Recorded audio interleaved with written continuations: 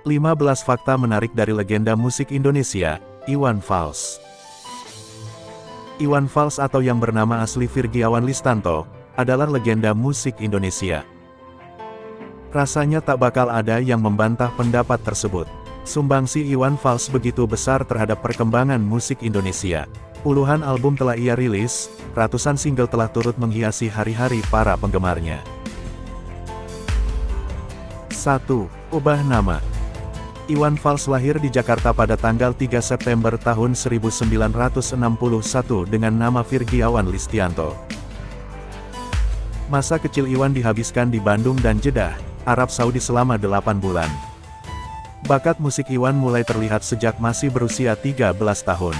Ia sudah terbiasa tampil di depan umum ketika masih sering mengamen di Bandung. Sebelum menggunakan nama Iwan Fals, ia sempat beberapa kali mengganti ejaan namanya. Tahun 1979, ia memakai nama panggung Iwan Fales. Beberapa saat kemudian menjadi Iwan Fals, sebelum akhirnya memilih nama Iwan Fals.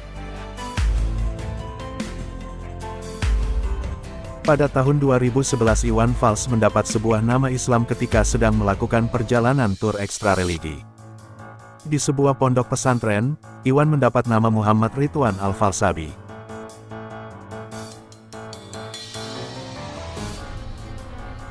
2. Album pertama. Ketika pertama kali mengembangkan karirnya di Jakarta, Iwan sempat menjual sepeda motornya untuk membiayai mastering album. Bersama kawan-kawan, ia merilis album pertamanya Canda Dalam Nada. Namun sayangnya album itu gagal di pasaran. Album tersebut baru menjadi buruan para penggemar Iwan Fals setelah sang idola mulai dikenal lebih luas. 3. Tidak ada merek produk di panggung.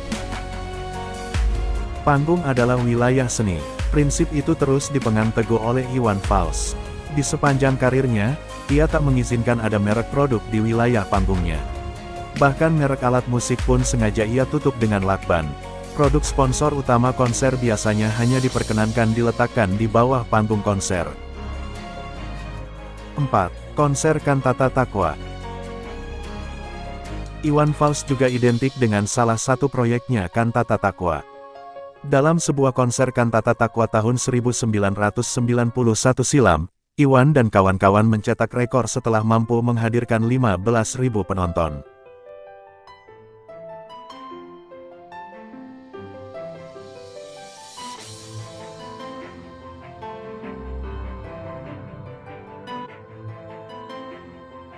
Dengan modal nama besar Iwan Fals, lagu-lagu berkualitas dan kemasan konser yang megah, pertunjukan ini pun akhirnya membuat para penikmat musik dari berbagai penjuru Indonesia hadir ke Jakarta.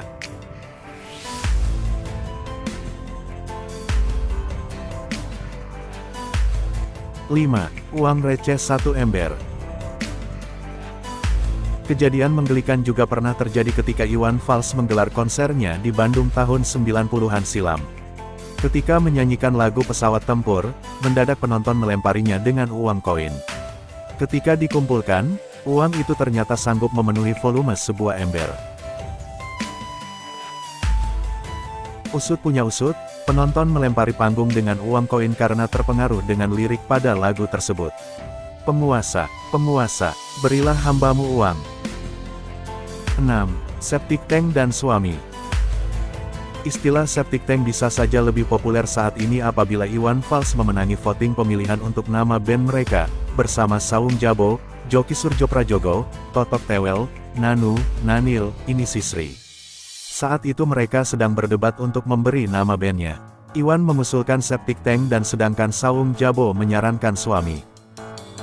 Sawung Jabo beruntung, suami akhirnya memenangi voting tersebut. Nama suami sendiri merupakan plesetan dari kata suami. Ini tentu saja diambil dari status mereka masing-masing yang sudah berkeluarga bersama suami. Iwan Fals mampu meraih berbagai sukses dengan beberapa tembangnya, termasuk Bento dan Bongkar. 7. Nama samaran. Pernah mendengar nama Pitat Haeng? Jika pernah, berarti Anda harus tahu bahwa itu adalah nama samaran dari Iwan Fals. Nama Pitat Haeng sendiri digunakan Iwan untuk menciptakan beberapa single.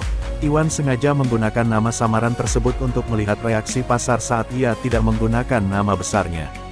Hasilnya, tetap memukau. Dengan menggunakan nama tersebut, Iwan tetap meraih sukses.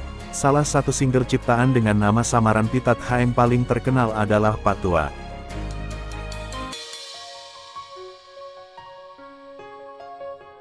8. Galang Rambu Anarki. Selain merupakan nama anaknya, Galang Rambu Anarki merupakan salah satu judul lagu Iwan Fals di album Opini. Lagu ini menceritakan tentang kegelisahan orang tua di Indonesia ketika menghadapi kenaikan harga BBM. Uniknya, Gilang lahir bertepatan dengan kenaikan harga BBM itu sendiri, yakni pada tanggal 1 Januari tahun 1982. Galang meninggal pada bulan April tahun 1997. Meninggalnya Galang tentu menjadi pukulan berat buat Iwan. Iwan sempat vakum dari dunia musik selama beberapa tahun. Semenjak kematian Galang, Iwan lebih senang menyibukkan diri dengan kegiatan di luar musik, seperti berlatih bela diri. 9. Mama Cake. Mei tahun 2012, Iwan Fals sibuk dengan proyeknya untuk mengisi soundtrack sebuah film yang berjudul Mama Cake.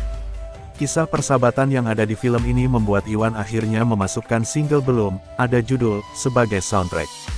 Dalam sebuah wawancara, Iwan Fals sangat tersentuh dengan alur cerita dalam film Mama Cake. Ini merupakan refleksi dari kejadian yang pernah saya alami bertahun-tahun lalu, ungkap Iwan Fals. 10. Diboikot wartawan Medan. Agustus tahun 2012, nama besar Iwan Fals sempat terganjal di Medan, Sumatera Utara setelah wartawan baik media cetak maupun online memboikot konsernya. Para wartawan terpaksa memboikot konser tersebut setelah tidak mendapat izin masuk area konser.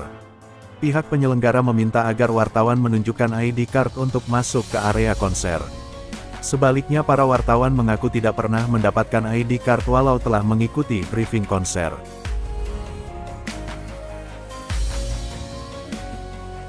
11. OI bukanlah singkatan dari orang Indonesia. OI adalah komunitas terbesar di Indonesia. Komunitas OI berada di bawah asuhan Yayasan Orang Indonesia, jadi banyak orang menganggap kalau OI itu bermakna orang Indonesia. Nama OI sendiri adalah kata dari Oi, sapaan akrab Iwan Fals saat bertemu dengan para fansnya yang tidak mungkin ia ketahui namanya satu persatu. 12. Pernah mendirikan partai. Iwan Fals pernah mendirikan partai pada tahun 1998. Partai tersebut bernama Partai Tikus Got. Nama yang unik tersebut terinspirasi dari kehidupan tikus got yang hidup di tempat kumuh, kotor, bau namun tetap berkembang biak meskipun terus dibunuh dan diburu. Namun sayangnya partai tersebut tidak pernah ia daftarkan untuk ikut dalam pesta demokrasi. 13. Salah tulis pada album Sumbang. Pada album Sumbang, terdapat sebuah judul lagu, Jendela Kelas 1, ternyata judul lagu tersebut sebenarnya adalah Jendela Kelas, dan angka 1 tersebut adalah nomor urut dari lagu Jendela Kelas. Namun lagu tersebut malah booming dan lebih disukai dengan judul tersebut. 14. Membintangi film dengan rekor proses produksi terlama. Film yang berjudul Kantata Takwa, yang digarap oleh Eros Jarot dan Gatot Prakosa ternyata memecahkan rekor sebagai film dengan proses produksi terlama di Indonesia, yaitu selama 17 tahun. Yang mana proses film tersebut dimulai dari tahun 1991 hingga tahun 2008.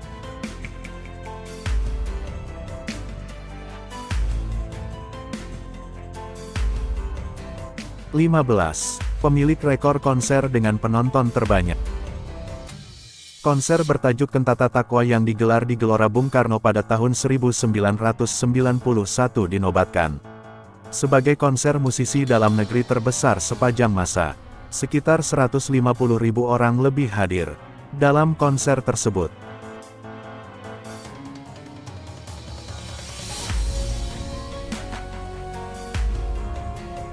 Oke, sekian dulu info dari kami. Jangan lupa like, komen dan subscribe channel kami, agar tidak ketinggalan fakta-fakta menarik lainnya dari Hitspedia hari ini.